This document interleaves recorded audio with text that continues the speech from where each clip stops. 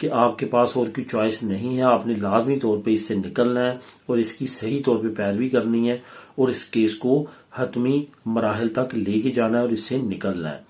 تو دوستو یہ تھی اپ ڈیٹ اور آپشن جو میں آپ لوگوں کے ساتھ شیئر کرنا چاہتا تھا۔ اب بات کرتے ہیں اسپین کی نیشنلٹی پہ اثر پڑ سکتا ہے بینک کے قرضے کا، اسندے کے دیودے کا، سولیدہ سوسیال کے دیودے کا یا کسی ایجنٹامنٹوں کے دیودے کا۔ یہاں پہ اگر بات کی جائے آج سے 10 سال پہلے 8 سال پہلے تو ایسا تھا،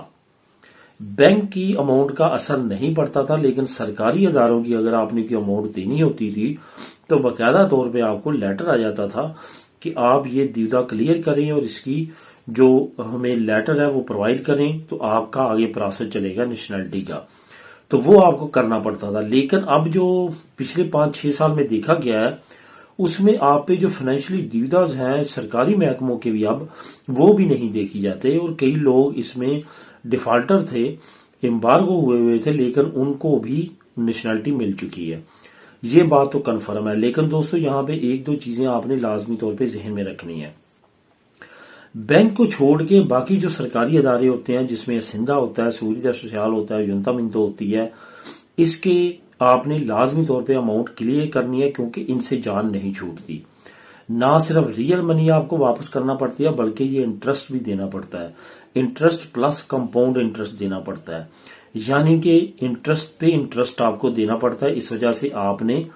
ان اداروں سے لازمی طور پہ جان چھڑوانی ہے، ان کا دیودہ اپنے سر پہ نہیں رکھنا۔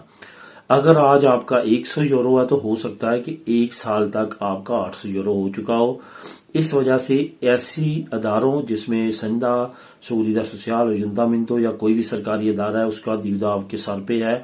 تو لازمی طور پہ اس کو کلیئر کریں۔ یہ نہ سوچیں گے میں نیشنلٹی لے لوں گا تو میں ان کو پیمنٹ نہیں کروں گا، ایسا نہیں چلے گا، یہ آپ کے سر پہ رہے گا تو آپ کو ایک نہ ایک دن یہ دینا پڑے گا۔ اب بات کرتے ہیں اسپین کے ایک اہم ادارے نے ایک رپورٹ شائع کی ہے جس کا میں لنک آپ کو نیچے لنک نمبر 1 کے نمبر سے دے دوں گا، آپ اس کو کلک کر کے خود بھی ریڈ کر سکیں گے۔ اس ادارے نے کہا ہے کہ اس وقت اسپین کی جو کنڈیشن ہے اس سے یہ لگ رہا ہے کہ آنے والے وقت میں اسپین کے جو بچے ہیں وہ زیرو لیول پہ چلے جائیں گے، یعنی کہ اسپین کی اپنی آبادی اسپینش لوگوں کی زیرو لیول پہ پہنچ جائے گی۔ اس نے ایک رپورٹ شائع کی ہے جو کہ نیشنل اسپین اسٹیٹکس کے سربراہ کے طور پہ انہوں نے یہ رپورٹ شائع کی ہے، اور اس میں کہا ہے کہ جو اسپینش مائیں ہیں اس کا 1.1 ریشو ہے، جبکہ جو غیر ملکی مائیں ہیں وہ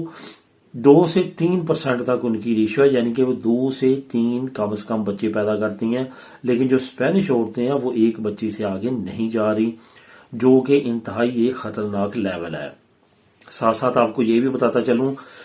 کہ حکومت اسی سچویشن کو دیکھتے ہوئے کافی زیادہ پیکج لے کے آ رہی ہے جس میں آپ کو معلوم ہے مترنیداد، پترنیداد، بچوں کی اجودہ اور نئے بچے جو پیدا ہو رہے ہیں ان پہ جو بینیفٹ دینے جا رہی ہے حکومت۔ آنے والے وقت میں ایسے مزید بینیفٹس آ سکتے ہیں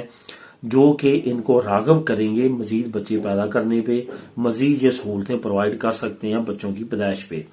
تو ان کو لازمی طور پہ آپ نے اپلائی کرنا ہے اور یہ لازمی طور پہ ملیں گی جو ایسی اجودہ ہوں گی، کیونکہ ان کو یہ رپورٹ انہوں نے سارے اسٹیٹکس نکالے ہیں کہ 2050 تک جو اسپین کی میجورٹی آف پاپولیشن ہے وہ بوڑھی ہو جائے گی اور کام کرنے والے کم بچیں گے۔ اس وجہ سے یہ زیادہ سے زیادہ شرح پیدائش کو بڑھانا چاہتے ہیں جو کہ انتہائی گر چکی ہے۔ اب بات کرتے ہیں ایک اہم بینک کی طرف سے کچھ نئے ڈسکاؤنٹس کی اناؤنسمنٹ ہوئی ہے، آپ کو نیچے میں ایک لنک پرووائڈ کر رہا ہوں، لنک نمبر 2، آپ نے اس کو کلک کرنا ہے اور خود بھی ریڈ کر لینا ہے۔ یہ ڈسکاؤنٹ گھروں میں دیا جا رہا ہے، یہ سنتندیر بینک ہے جس نے پورے اسپین سے سستے ترین گھر جو ہیں وہ دیے ہیں تاکہ لوگ کم خرچ والے ببیندے میں رہ سکیں۔ آپ کو یہ بتاتا چلوں یہ بینک کے وہ گھر ہیں جو کہ مالکان قیمتیں ادا نہیں کر سکے، قسطیں ادا نہیں کر سکے اور ان کو واپس لے لیا گیا، بینک کی طرف سے قبضہ کر لیا گیا ہے تاکہ اس کو ری سیل کر سکے۔ یہ سارے گھر جو ہے یہ سیکنڈ ہینڈ ہے اور اسی وجہ سے یہ زیادہ سستے سیل ہو رہے ہیں، لیکن اگر آپ ان کی تھوڑی بہت ریپیئرنگ کر کے اگر ان کو ضرورت ہو